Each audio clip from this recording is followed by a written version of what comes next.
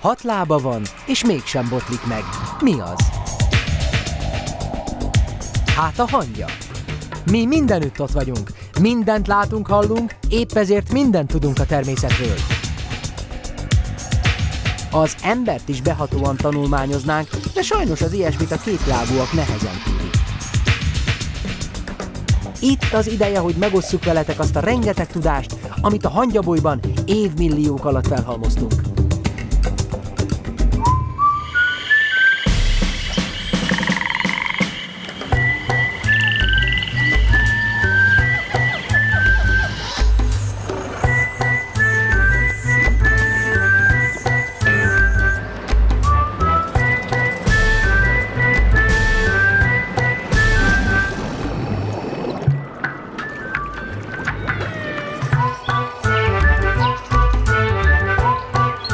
Hangyák mindent tudnak. Majdnem mindent. Mi hangyák hozzászoktunk a sötétséghez, hiszen a hangyabolyban is éjjel-nappal sötét van. Ezért aztán nem is félünk a sötétben.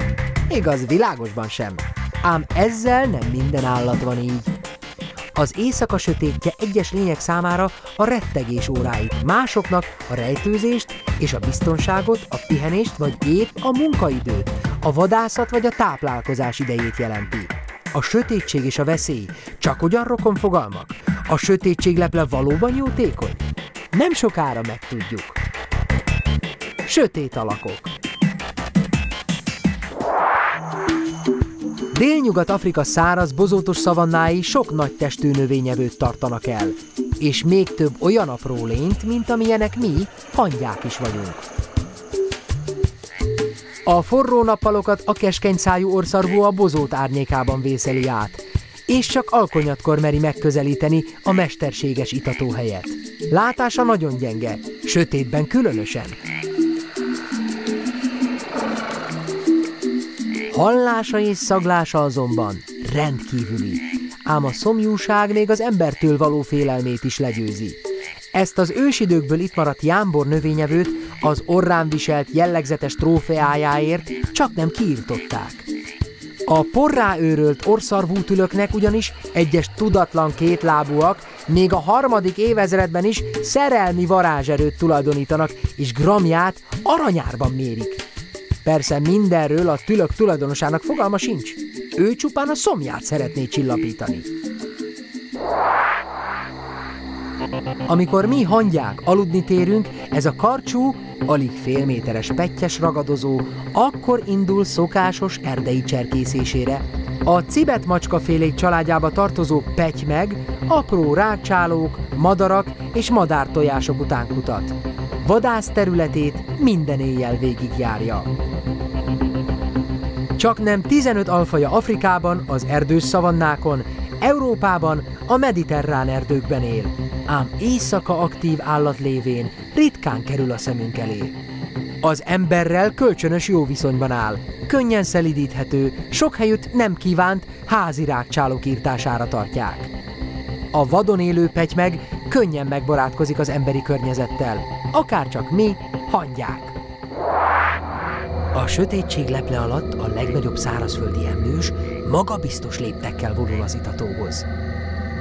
Ezen aztán valamennyire egy panyókás sakál is felbátorodik. Az afrikai elefánt, ha igazán szomjas, egy ültőhelyében, pontosabban áltában, akár 1 hektoliter vizet is megihat.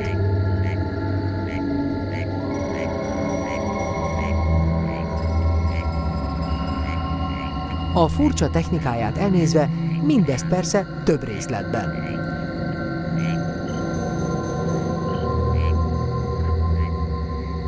Az itatónál a tekintélyelv érvényesül. Ha mindenki betartja az illő távolságot, ma este senki nem marad szomjas. Vagy mégis? Csak nem ijedt meg egy sakáltól. Közismert, hogy mi hangyák még az emberhez képest is csak szárazföldi patkányok vagyunk. Ha tanulmányozni akarjuk a vízben élő lényeket, ehhez ugyanolyan felszerelésre van szükségünk, mint az embereknek.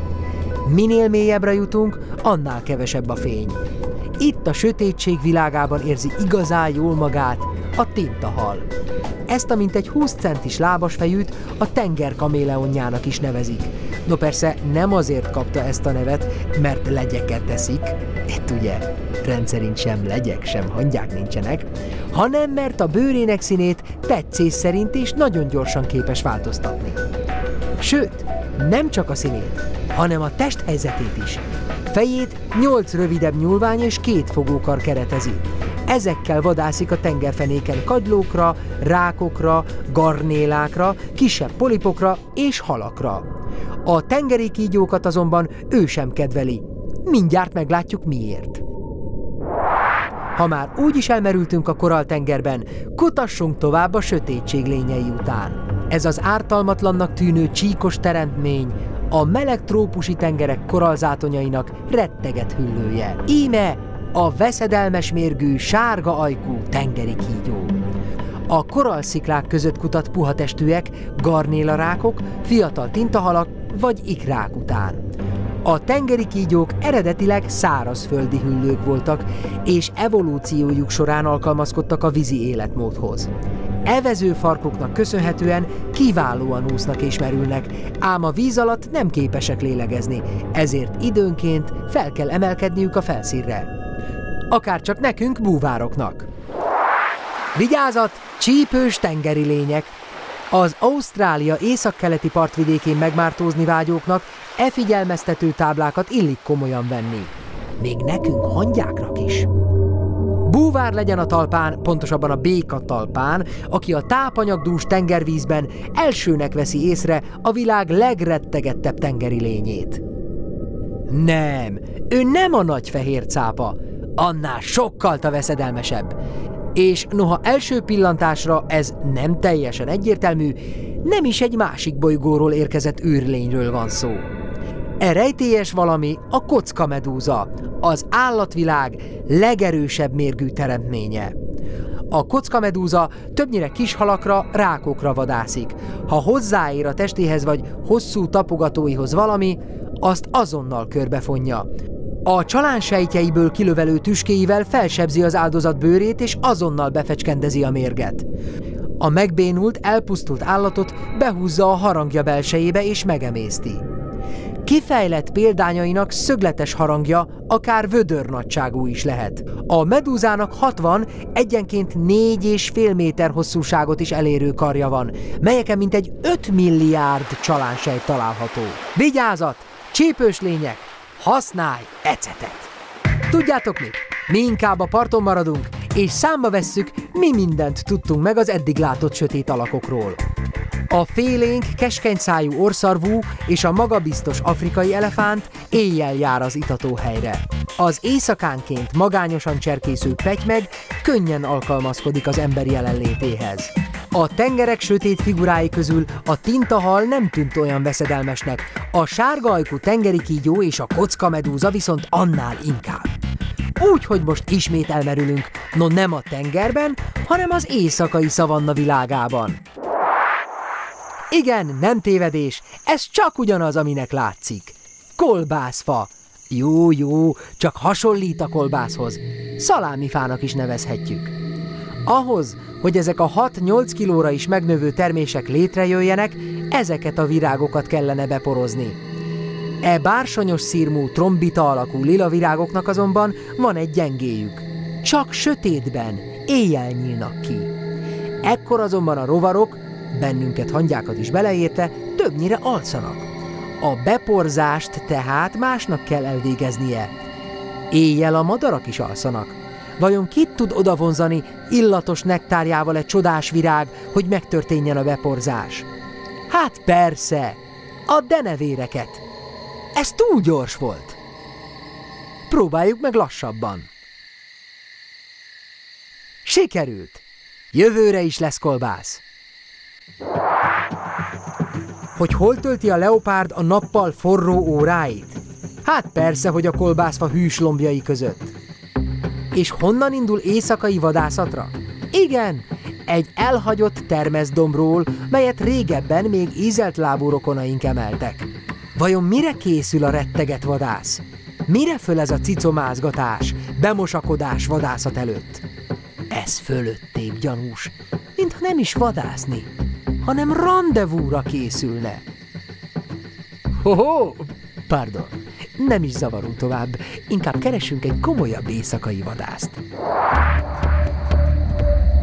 Senki sem szereti, ha a szemébe világítanak, még mi hangyák sem, így aztán a fényszórót állandóan mozgatni kell, nehogy sérüljön a reflektorfénybe került állat látása. A lappantyú, mintha már sejtene valamit, az impalák még nem, alváshoz készülődnek. Végre egy komoly vadász. Legalábbis annak néz ki, bár szokatlan, hogy egyedül van, az oroszlánok rendszerint falkában és lesből vadásznak. Mi hangyák soha nem vadásznánk egyedül. Igaz, lesből sem, úgy inkább ránk szoktak vadászni, a hangyaleső. Az angolok egyébként hangyaoroszlánnak hívják, nem alaptalanul. Nem úgy tűnik, hogy a mi oroszlánunk nagyon éhes lenne, vagy lehet, hogy egy impalánál nagyobb falatra vágyik? De ha valaki, mi hangyák aztán tudjuk, hogy a méret nem minden. Mi kicsik vagyunk, mégis erősek, összetartunk, segítünk egymásnak, és kíváncsiak vagyunk a világra. Tartsatok velünk legközelebb is, és ne feledjétek, a hangyák mindent tudnak. Na jó, majdnem mindent.